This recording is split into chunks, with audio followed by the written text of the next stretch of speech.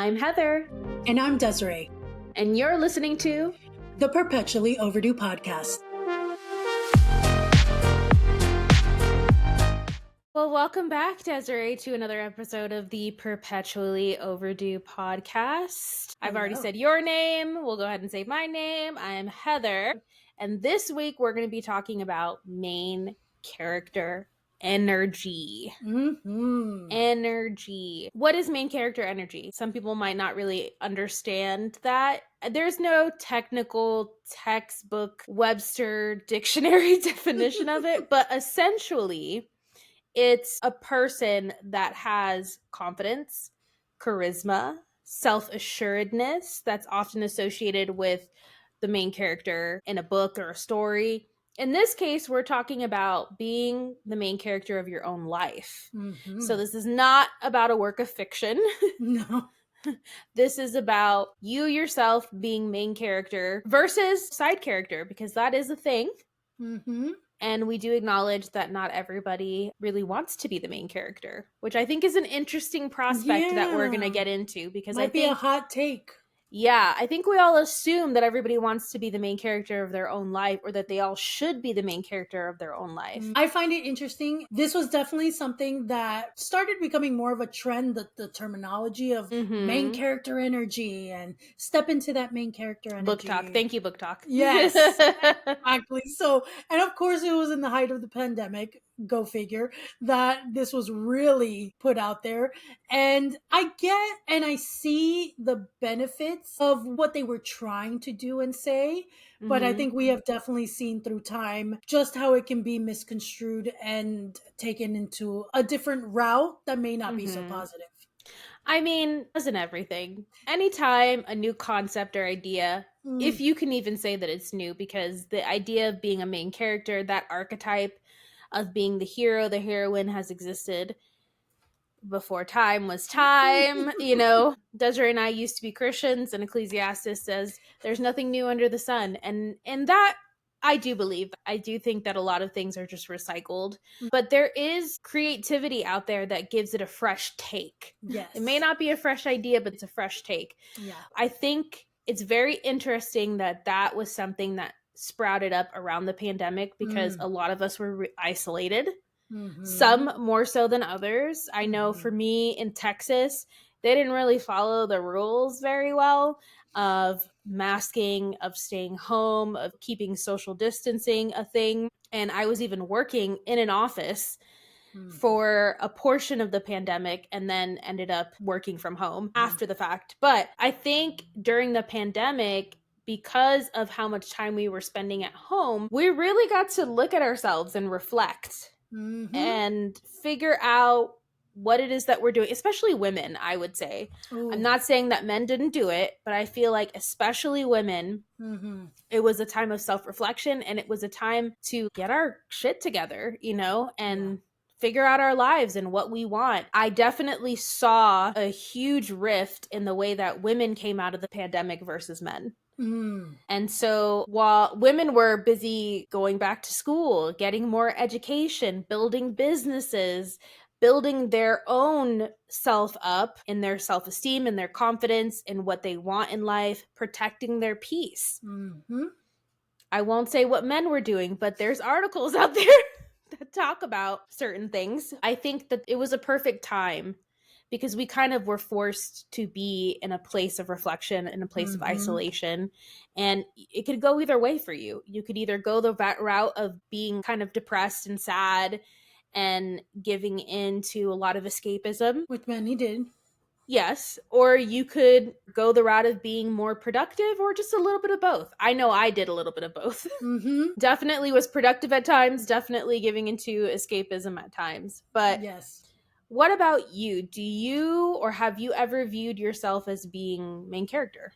Okay, so here's a little fun childhood trauma. Sadly, I grew up very much feeling like I was always the funny sidekick. As someone, which I didn't realize also until much later in life, pertained a lot to being empathic, and how people with strong personalities really gravitated toward me. and kind of taking me under their wing as their sidekick. Since childhood, I grew up with an older friend who we were so close for so many years. We started telling people we were cousins. She was a very strong personality. She was the popular girl at school, the dancer, the singer. All the guys liked her. So she very much was like, ooh, okay, you're my fun little sidekick. And I kept meeting those personalities throughout my life.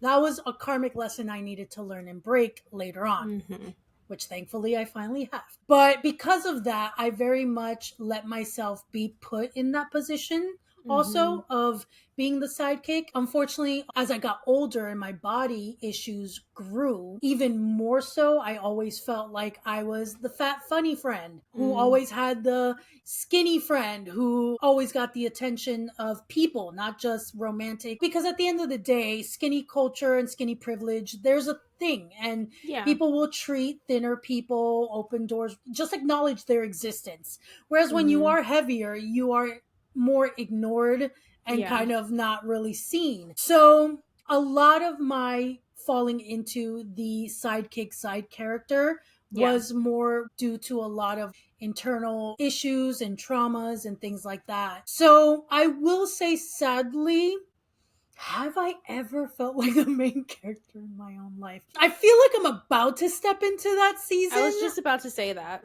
Yeah. But until this point, had not felt like the main character. I will say this in regards to your story, having known you for so long, because Desiree and I have known each other for over 20 years. I think, one, it's very interesting to reflect on the fact that you were actually put in a specific position by the people around you. I think that that's something that we don't really address as much, how sometimes the roles are picked for us as opposed to us picking the roles that we have in our life. And I think it does come from a lot of stereotypes and a lot of energy vampires, people who want to latch onto you and take, but they want to be the focus and they want you to be sort of in the background. I've been around people like that and it is draining to say the least. That's why I call them energy vampires, because it feels like they just suck all the air out of the room. And it doesn't even have to be that they necessarily are focused on you. It's just that me monster that comes out of them. And sometimes that looks like trying to impress you with whatever they've got going on in their life, always somehow bringing the story back to them. To me, that's fake main character energy. Absolutely. Absolutely. Yeah, that's an illusion, because that's somebody who's really insecure at the end of the day and doesn't really see themselves as the main character, but desperately wants to be the main character. Agreed. Yes. In the story. But I find it very interesting that for the first half of your life, you were like sort of pigeonholed in this position. And then for the second half, you put yourself there because of the body image issues that you had going on. I will say, I think this is true of really anybody. The people that have the most confidence with main character energy are probably white, cisgendered, straight people, especially if you have a very sort of Aryan aesthetic. It's very Scandinavian, which usually means fair skin, blonde hair, blue eyes, typically, not always, but typically. So I feel like people who are born with those certain features, the very European features, which is our beauty standard here in the United States and in other places around the world as well, have latched on to that beauty standard. It's easy to have main character energy when you look that way. It's easy to have main character energy when you're not part of the minority. And if you're part of any group of people where you're looked down upon just for simply existing as you are, there are going to be times in your life when you are made the sidekick. Or in my case, the sassy black friend, the intimidating, attitudey, ethnic girl. I know I'm very pale right now. It is the winter, forgive me. But I am an Afro-Latina, I am Afro-Indigenous. So I have been put into that role of like the sassy black friend. As a thin person, or a person who has been historically thin throughout my life, I have encountered that privilege. I know that privilege exists. And so I feel like I've been both. It just all depends on the situation. It depends on my own comfort level, because I feel like despite what society dictates as far as like what is beautiful, what is acceptable, whatever, despite the stereotypes, you can step into main character energy because it's about confidence. Yes. How many times have we said, that person's not that great looking, but they are so confident. They have such swag. I am suddenly attracted to this person. You're I like, don't know why. there's something that I just can't deny that I'm like, hello. Yeah, there is something extremely attractive about somebody who's confident and self-assured. I think that Not arrogant. Not arrogant. No.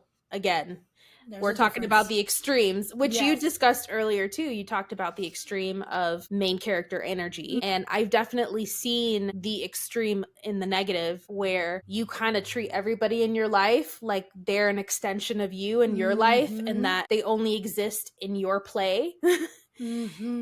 Have you ever, I don't remember what it's called, and if anybody is listening or watching and you know what this is, please comment wherever you're listening or watching this podcast episode. But there is something where you suddenly become aware. You might just be out and about doing a daily thing. There's people around you, and you're suddenly very aware of that those people's lives are playing out outside of your own life. Ooh. You become very aware that this is just an intersection where you're crossing paths, but they will go on and their life will play out without you being there. You know what I mean? They're not existing as an extra in the movie of your life. That's a trippy realization to come into. I remember the first time I ever experienced that. I lived in Kansas City. I think it's harder to experience it when you're younger, because when you're younger, you tend to be a little more self-absorbed. But I remember it was at the Plaza, which if anybody lives in Kansas City, they know what that is. I was at the Plaza. I was sitting or standing near one of the historical hotels that was adjacent to the Plaza. It wasn't directly in the Plaza. And I saw people walking by, and I just started to observe them, which we do sometimes. We people watch. Yeah. And I'm watching their life play out. And all of a sudden I had this realization of that's an actual person. And when they walk away and they're no longer in my view, their life continues on. And I played a part in it for this split second. And the even crazier thing is when they're not even aware that you're observing them. And that happens to you too, where somebody will be observing you and you're not even aware of it. Sometimes you have that feeling.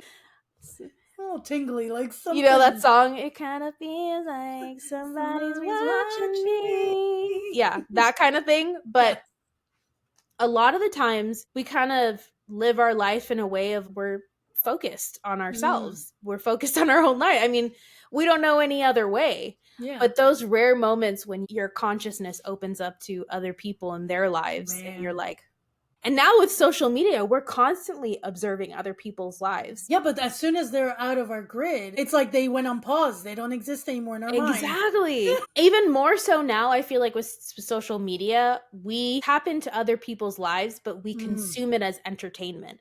Yes. It's like when we're watching a movie, we're aware that those are actors and they're acting. But it's a story to us on social media. These are people living their real life. This is not a movie. This is not acting. They might plan a video of content or something like that they're going to share with the world, but they're doing it in their home with their families or whatever. And you're like, well, that was a good episode of that. And you swipe on to the next one and you forget, oh, this is their lives. Wow. Right? Yep, that's with me. Thanks. Yeah, I know. If you know what that's called, please leave a comment. I know that it has a name. I just can't remember it now. But it is interesting how life and other people and even yourself can put you into these roles.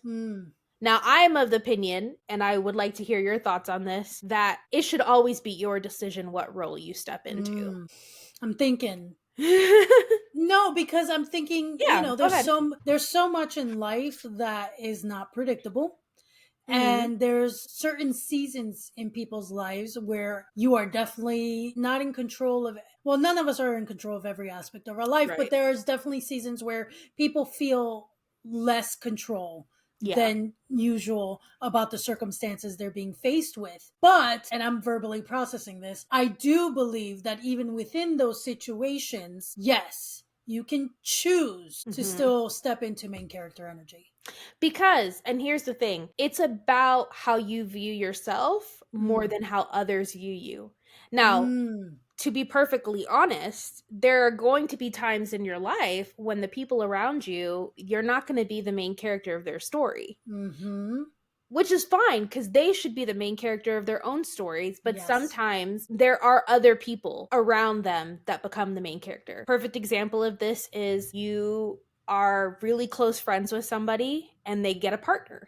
They find a significant other. All of a sudden, you were once the main character in their life, maybe simultaneously with themselves, and now somebody else has stepped into that role. And you've taken more of a side role than you did before. It's not a bad thing. No. Because you are still in control of how you view yourself. You may not be the main character in that person's life, but you can still be the main character in your own life. Yes. And I think that it's easy to confuse the two of I can only be the main character if other people view me that way. Yes. And that, I would say probably 98% of the time is not going to be the case. 98% of the time, you are not going to be the main character in somebody else's story. So don't even bother with that. You know? So yeah, I will say, for the most part, when people speak about main character energy, it would be spoken of as a positive thing to take on. Yeah. But what I found interesting is, while I did a little research before we did this episode, apparently there's a side on the internet that views the concept of main character energy as solely bad, like it's an insult. And I didn't know about this. And so I looked into why, and apparently the reason many, and I at the end I did agree and understand where they were coming from, but apparently why people now view the concept of main character energy as a negative is because they feel that the people who take on that role treat others, which you mentioned before, as if they're the supporting characters in their story and they're not protagonists in their own. So they're very self-centered, focused on anyone in their life cannot be the main character. They are the only main character allowed. And so I didn't know that was how some people viewed that. Do you know who gives you that energy? Oh, I hate to say it. Oh, God, people are going to come for me. Oh, no. Taylor Swift. Ooh. All right, guys, give us a second before you run away. Hold on. Hear us out.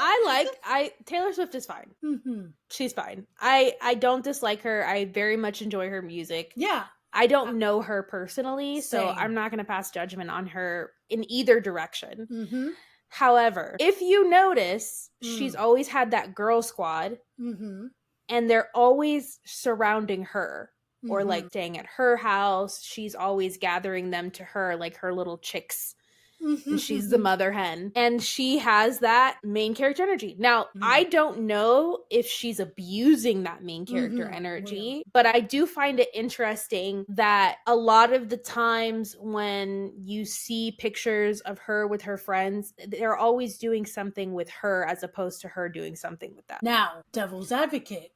Okay. What if, yeah, because of the energy she exudes, they are the one who gravitate towards putting her in that position? Totally. Possibly. I mean, that's extremely likely because there are very charismatic people, and there are people who really like to host and really like to organize, and then there are people who are like, just tell me when to show up. I don't want to be responsible for anything. So I get that. Also, at the end of the day, not that everyone surrounding her are not genuine people, but some people really like being around the really cool person and they want to be in that circle. And so they almost put that person at center stage always, subconsciously a lot of times, honestly. Yeah. Possibly. Yes, I would agree with that. That is somebody who I've observed who I was like, yeah, they really have that main character energy. I'm hesitant. I'm the person that I like to be in the middle because I feel like the middle is where the balance is.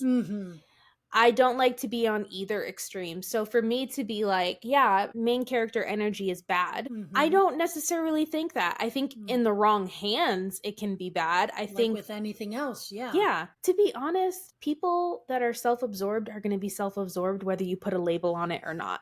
So whether you call it main character energy or you just call it selfishness, it is what it is. I've had people like that in my life who make it about themselves always. And whether they're aware of that or not is irrelevant. They are who they are. And you can put a label on it, you cannot put a label on it, but their personality is their personality. So I think that stepping into main character energy. Let's say you were to take that on and you were to be like, yeah, I want to be the main character of my own life. Again, it's all in how you do it. And who the person is at their core. Yes, I think it is about who the person is at their core too, and I think it's awareness of people around you. If you are aware that every other person is also the main character of their life, and that when your lives intersect, you are still equals at the end of the day, and you treat people like equals. Yes. Especially if you claim to care about them, love them, if they're your friends, if they're your family, you shouldn't be treating them like they're your fucking minions. You would think.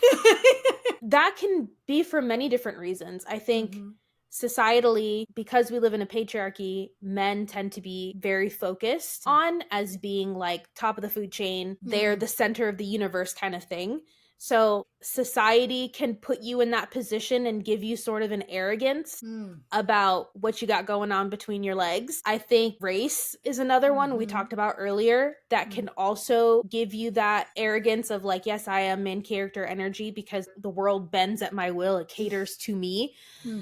I think too, you can also see that with finances. The person who's bringing the money into the house, especially if they're doing it in a creative way that puts them in the limelight.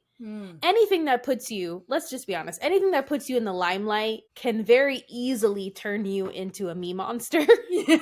And the people around you, it could be family, it could be friends who are benefiting off of that limelight in some way. Like they become your assistant or they become involved in some kind of way. Maybe they do your editing, maybe they do your production, all of that kind of stuff. They start to get treated more like employees rather than friends and family. Like you're so-and-so's husband. You're not an individual. You're so-and-so's husband because they're the ones known. Exactly. I think too, there has to be an understanding between you and that person. One, it's good to assure the person that is not necessarily in the spotlight that they too are a main character in their own life. Yes. I think we have a responsibility to other people. And I know that in our very individualistic society, we feel like we don't have to help anybody else out. I will say for me personally, I feel the duty to tell my husband, you get to be in the spotlight, you get to take up space in the world, and you get to be the main character in your own story. Same for me. So as long as we have that mutual understanding and we're respectful of each other and we treat each other as equals, it's when that dynamic starts to shift. Yes. And then we start to see ourselves being above other people in some sort of way. And that could be because you provide, or it could be because you have a more dynamic personality or a more outgoing personality. I'm sure that happens a lot between extroverted and introverted people. Ooh, yeah. Being an extrovert does not give you the license to be the main character in everybody's story. No. And nor does being an introvert mean that you automatically have to be the best friend, the sidekick, the funny girl, the sassy girl, or whatever trope we want to put onto the side character. What I do find interesting is that because it is your choice, you can also choose to step into the background a little bit when you want to, when it serves you. Yes. And not be the main character in that moment. And serve someone you care about. For example, you had mentioned this when we spoke about it, a wedding. It is someone who you're close to, whether a best friend, family member, it is their wedding. That day is not about you being the main character. Nope. And so if you genuinely care for someone, then you would happily choose to step back and take the side character road because you want this person to have their main character moment with you want both of them because it's not just about your friend, it's about who they're marrying. You want both people coming together in marriage to have their main character moment that day. You know, specifically in weddings, the people, and this is not for every situation. I'm just going to preface that because there's always going to be somebody who's like, well, I know this story and it wasn't like that. Good for you. I'm not talking about that instance then. I'm talking about the people who make other people's wedding days about them. So like the mothers, the boy moms who can't let go of their sons. Have you seen the videos of mothers going and hugging their sons at a gender reveal before the woman who's carrying the child even has a chance to celebrate with their spouse or their significant other? No. Girl, You will look it up because you will find so many videos about mothers doing, and I'm just so happy. I'm like, yeah, step back a second, be happy, let them have their moment. People are literally recording this. You just jumped on your son like he was your husband. Oh no. And ruined the moment between the two of them when they just found out for the first time what the gender of their child is. They're never going to get that moment back. Yes. They're never going to get that moment of finding out for the first time what they're having. And picture like the person who was left on the side, pushed to the side. Yeah. Whether it was the woman carrying the child, the mother to be, or if it was the other way around. It's like, you're so ecstatic. Clearly, the person you want to reach immediately towards is the person you helped procreate this child with. Exactly. And you're just left there to not even be able to properly celebrate the moment with your significant other. And it's not like a rush of people went in to hug both of them. And a lot of these videos, the mother-in-law doesn't even acknowledge the woman who's carrying her grandchild, which is insane to me. So it's not like she ran in and hugged them both. Yeah. She'll hug the son, completely ignore the partner. And the partner's just sitting there like, it's so fucking awkward and heartbreaking because you can see how crushed they are that moment got taken away from them. But it's people like that, people who get engaged on other people's wedding days or announce pregnancies on other people's wedding days. I'm like, you have to choose today? Do you have to? Yeah. And I've experienced that to a small degree because in actuality, I don't let that kind of energy around me. If you are a me monster, go be a me monster someplace else. I don't have time for that. The energy suck is just too great. I have been forced to be in those situations before. And those situations, I gladly take a backseat. I am not the main character right now. I don't care. You talk. You exhaust yourself. Everybody look. Everybody hold court for this queen, this person right here, this king who wants to make it all about them. I'm like, go right ahead. I have nothing to prove to anybody. Yeah. So in those situations and in the situations that you mentioned, which are two opposite ends of the spectrum, those are situations in which I feel like you stepping back and being the sidekick or not even the sidekick, the side character in that scenario is perfectly acceptable and well within your rights to choose. And then on top of that, you have people who hate attention. It makes them extremely uncomfortable. They don't want to be the main character. They want to slink and hide into the background. If they could become one with a wall, they would.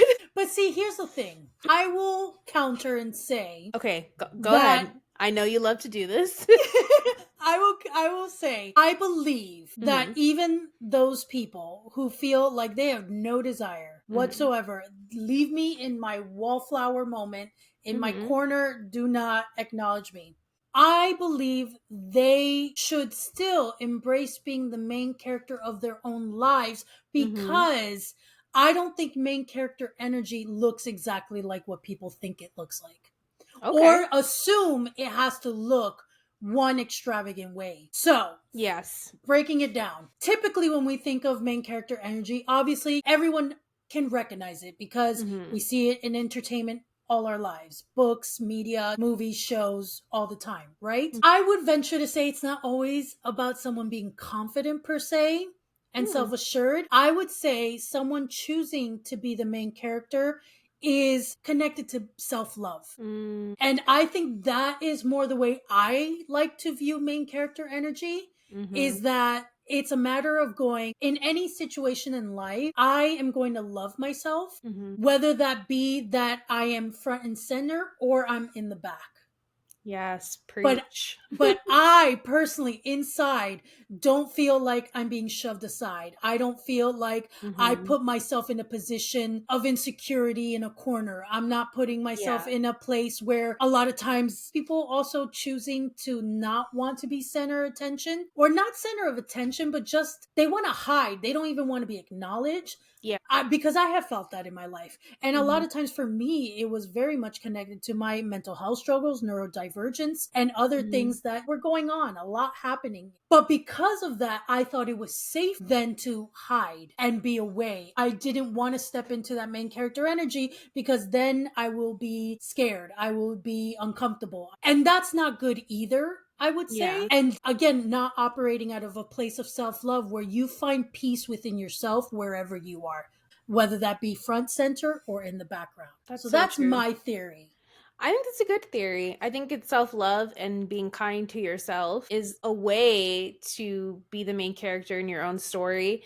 I think too, when you have genuine self-love, when you are accustomed to being kind to yourself, showing yourself grace, showing yourself kindness, you do become more confident as a person. Yes. You don't necessarily have to be the most charismatic person in the room, and to even try to be can be exhausting sometimes. Yes. Even for an extrovert. Yeah, we live in a world of comparison quite a lot, and there's always going to be somebody who's more charismatic, more intelligent, more funny, la la la la la. In your story, you get to be whoever you want to be. You get to express it however you want to express it. And I do agree, because it's not about shrinking, which is how I view a lot of that kind of behavior, where it's not just that you're taking a step back to allow somebody else to shine, but that you're literally shrinking. Because I've been in that position before. I was in a long-term relationship with somebody that I lived with, and he was the main character of both of our stories, whether I liked it or not. And it caused me to shrink and to make myself as small as humanly possible, to be less of an inconvenience or less of a burden. After I got out of that relationship and I went through healing, I made an inner vow that I would never again make myself small for somebody else. I also had to deal with the guilt and the shame of doing it in the first place, because I have always been a very outspoken, outgoing personality. And so people just assume I would never do that kind of thing. In fact, most people throughout my life had been intimidated just by my mere presence. So no one would ever think that I would shrink into a corner and become a shell of myself, but I did. Those opportunities in life are there. People can come in and take advantage of your kindness, or they can manipulate you in a way to where it makes you feel like you are less than. All this to say, the key ingredient that was missing in that period of my life was self-love and kindness. Because instead of building myself up and saying, well, actually, you're allowed to take up space. You're allowed to be who you are, whether that's loud, whether that's quiet, or whatever the situation may be. You're allowed to be who you are. I was telling myself I needed to be less, that I was too much, and I needed to be less. And then the person who I was by the end of that process was a completely different person. Like I barely spoke up for myself. I didn't want to rock the boat. I didn't want to cause waves. So I did everything in my power to not do that, which ended up with me walking on eggshells and not truly being myself. So I think that definition of self-love is probably the best definition that you could have of being a main character. Because you can love yourself and not be the center of attention. You can love yourself and be holding up a wall in the back of this party that you don't want to be in. Yes. And you can love yourself with people surrounding you, listening to you, hanging on your every word because you're engaging, or you're speaking about a subject that they care about, whatever. Or your light is shining bright and people are attracted to that. And that's not a bad thing either. And that's what I think is interesting with apparently this like general consensus, at least through this Reddit that I have found, that they considered main character energy to be a bad thing.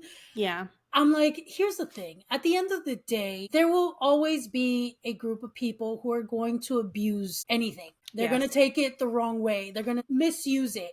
We can't look at everything that people pollute and then just toss the baby out with the bathwater. I think there's a positive notion to main character energy that definitely people can take into their lives. And of course, just like with everything, there's balance. We're not talking about people who are at their core selfish, who are arrogant, who are manipulative and that's how they keep people in their lives. Like, that's not main character energy, period. No, that's a farce. Yes, absolutely. They are living in their distorted feminine, distorted masculine energy, and that needs healing. So that is a whole other subject. But those who are genuine and who are struggling with finding how to embrace feeling like they're not just letting life pass them by. And that's also what I think is in reference to the main character energy versus being a sidekick or a side character, is that I think those who have found themselves to constantly be the side characters feel like life hasn't given them the opportunity to live out their dreams, to just live not struggling or live not being in abusive relationships. Like, there are so many categories that people may find themselves that they have been craving to feel like they're that main character energy that's getting all the good stuff happening to them and opportunities and life experiences. And so everyone, I think, should step into that in the lens of, like I was saying earlier, self-love. Yeah. And let's break that down for a moment, because you brought up a good point. I think the association of main character with success, dreams coming true, love coming into their life is a trope that we've taken from fiction and applied it to our lives. When in fact, there is not a single person, there's not a single human being on this planet that has everything handed to them, that has everything figured out, that has everything that they want, that has had every dream that they've ever had fulfilled. We are all in the same boat, trying to figure out what makes us happy, trying to figure out what our passions are, trying to fulfill those passions. We're all on that journey. It doesn't have to look easy or simple in order for you to step into that. And I do agree with you when you said there are a lot of people that are just existing. They're not participating in their own life. Life is happening to them, and they've taken they're not even in the passenger, like they're in the backseat of their own life. And that can happen for many different reasons. It can happen because of roles that we play in life. I know a lot of women feel that way because of being a mother. And because a lot of the parenting and the nurturing has been put onto their shoulders, they give so much of themselves and their identity to that. And that's how you get things like the empty nest syndrome, where their kids grow up and they go off to college, and then suddenly they're like, who am I now? Suddenly I don't have an identity outside of my kids. That should never be the case. You should never lose your identity, no matter what the circumstances, whether you get into a relationship, whether you have a child, whether you get a pet, whether you start a new career, whatever the situation is, it is important to remain who you are. It is important to value yourself, to love yourself, and to practice self-care. Nurture it. Yes. Yes. Let's take motherhood. A lot of women who find they forgot themselves, they lost themselves, they only became this archetype. And it's not that they were always like that. It's that they lost it and they stopped nurturing it because they felt like they were supposed to in order to take on this role. Yes. And that's something that was not necessary. That society did train a lot of women to think, and also some men, but we've seen it a lot with women. With men, it's their job. Their identity gets so wrapped up in what they do for a living. I have seen men who have struggled to find work completely crumble to the ground because they can't be the provider that they're told that they're supposed to be. Yes. So it's finding your identity outside yourself in things that may be fleeting, and things that may change, and things that are not consistent, instead of finding your identity within yourself, of knowing who you are at your core. Because who you are first and foremost is whoever you are. Like, I am Heather first and foremost. Before I am Heather the wife, before I am Heather the daughter, Heather the sister, or the best friend, or whatever, I am Heather singularly. Yes. And it's about not losing that aspect of who you are when you also take on the role of wife, of friend, of parent, whatever the situation may be. And it could be great. You don't have to have regrets about becoming a wife, or becoming a mother, or becoming a firefighter, or becoming a movie star, whatever it is that your passion is. You could love it. You could love it and still get lost in it. You could have no regrets and still not know who you are outside of it. Like with motherhood, just because it's a very common example. There are women like that is their dream. That's been their dream. They knew they were meant to be a mother. Motherhood and being a stay-at-home mom, that is all they ever wanted. That brings them fulfillment, that brings them joy, and now they're living it. that still doesn't mean you can't lose yourself, because you're still an individual outside of that. You're still someone who also has other needs and interests, even if they come secondary to what you've always dreamt of living. Yeah. And so, like Heather said, you can still lose yourself, even if that was your greatest dream and you're living it out. Yeah. And because, again, these are all things that are fleeting. They're not consistent. When your child is young, you are the center of their universe. As they get older and they become their own individual person, they develop their own personality, their own tastes, their own likes, their own dislikes. They will get to decide how involved you will be in their life as an adult. And that could look like you being attached to the hip, or it could look like getting a phone call every other week. You don't know what that is going to look like. So if it looks like that your child has now gone off to live their own life, and now all of a sudden you're left with all of this time to yourself that you didn't have before, it is going to cause sort of existential crisis of like, what do I do now? How do I live? Or a perfect example too, and this is a personal example of somebody in my family who always had a dream of being a mother, but gave so much of herself and was so consumed with wanting to be good at being a mother that she got burned out. And it got to a point where before the kids were even able to get out of the house, she went through a crisis of, I have nothing left to give. The well has run dry.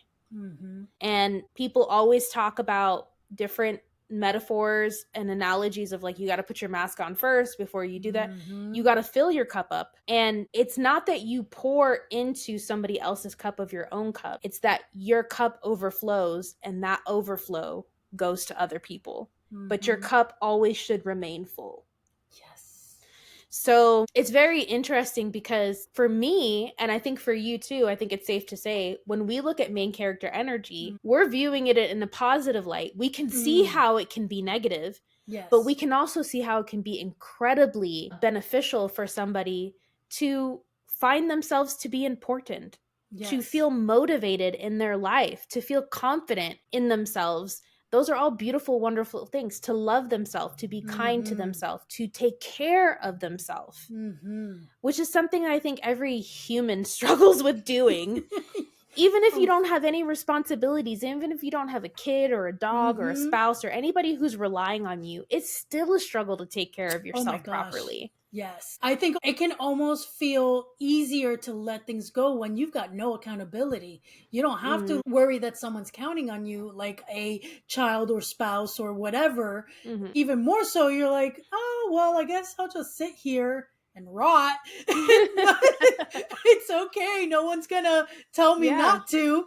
And that's dangerous. And I can say from personal experience. Now, granted, there are so many factors like health, a chronic condition, and mental health issues and neurodivergent struggles. And there's a whole melting pot of things that attributed to me having seasons where I was like, oh, I'm just going to sit here and rot. Kind of a deal. Yeah. But at the end of the day, I think life will always present moments of choice where it's like a little angel comes and goes, I'm dropping you an opportunity. Do you want to take it? You know, sometimes we're so deep in our own muck that we're just like, that's too much effort. I'll stay here. And I probably had moments, no, I know I have, where those opportunities were presented and I didn't take them. But I will say, because I mentioned it in the beginning of the episode, I very much know I'm about to walk into a season in my life where I'm very much embracing a main character energy, a healthy main character energy persona, in the sense that life presented an opportunity and it was risky and not all of it was planned out, and it was a risk that I decided to take a leap and a faith and take, and so far it's panning out. And a lot of things are falling into place. So I will say from experience, I know life gives us those opportunities, and at the end of the day it is a choice where you have to go, do I want to continue this position in life? Do I want to stay the side character? Do I want to be in the passenger seat or possibly the back seat or the trunk of this ride called life? Or do I want to be in the driver's seat? Something that you said too brought up a point that was really, it's kind of sad to think about, And I don't have all the answers of how to get out of this mentality, but it's sad to think that self-care can seem like too much energy and effort. To just take care of yourself and love yourself can seem like a lot of work, to the point where you would rather just be sitting back and letting life happen to you instead of participating in it. And again, there are many reasons for that. And when you are in a dark place or you're in an unhealthy and unhealed place, that is something that can very easily happen to you. Even when you are healed and you're in a brighter place and a better place and circumstances are looking up for you, it can still be a struggle to pull yourself out of that place of passivity and to become a more active participant in your self-care. I know for me, with ADHD, I struggle with routines. And so even the simplest routines of doing my skincare, of taking my supplements, things like that, it seems like a lot of work. I know. Yeah. But I see the value in it, and I see the benefits of it, and I see how it improves my life. My supplements help me with my ADHD. I have a much clearer and more focused mind. I am able to get things done, which helps me not be in the shame spiral and this, executive dysfunction of feeling paralyzed and not being able to do things. So there have been times in my life where, though I've seen the benefit of doing something, it still felt like too much work to do it. And I think those are times in which we give ourselves grace. If we didn't do it perfectly today, that's okay. Tomorrow's another day. Or even this next moment is another moment that I could make a different choice. Like you said, it's a choice. Maybe I forgot to take my supplements this morning like I normally do. Let me take them now that I've thought about it instead of going, I'll just do it tomorrow. Yeah. To see every moment as an opportunity. I fucking sound like a bumper sticker here. Or like one of those friggin' reels on Instagram that's like, you are the love of my life. And then the gorgeous images in the background. And this music, this ethereal music. I will find you in every other life. And I will love you. I'm not meaning to sound like that. If you know me, you know I'm not the type of person. I tell it like it is. But I really do think that every moment that we have is an opportunity to make a different choice. Yes. And if we fuck up, which we will do continuously over and over again, even in fiction, how many times does the main character fuck up and make terrible choices and we're like, what are you doing? Yeah, but we still eat it up because it keeps us turning the page. And because it makes them feel more real and more dynamic. This is a sidebar, but self-righteous, perfect characters, they turn me off. Like the Captain Americas of the world. I'm sorry, Marvel fans. I don't like Captain America. He's so self-righteous. He's always he's like the do-gooder. I never make mistakes. I'm always just the good guy. Ew, no. Nobody is like that. We all make mistakes. We all fuck up. We all make bad choices. It's more about what you do with the mistakes that you've made, how you learn from them, how you grow, how you better yourself. It's not about being perfect or self-righteous or any of that. I like flawed characters. I don't like stupid characters. And there's a difference where you're like, girl or dude, you're just making piss poor decision after piss poor decision. And you're not learning from any of them. Exactly. And that's how I view myself. I'm a flawed character. I have trauma. I have unhealed things going on that I'm currently working on, that I will be working on for the rest of my life. So it's not about doing it perfectly. It's not about not making mistakes. It's about what I do with those mistakes, the lessons I learned, how I grow as a person, and to be able to love myself through that process and extend grace to myself the way that I extend it to other people. Yes. I think that's sort of like the culmination of it all is in being that main character. Hear, hear.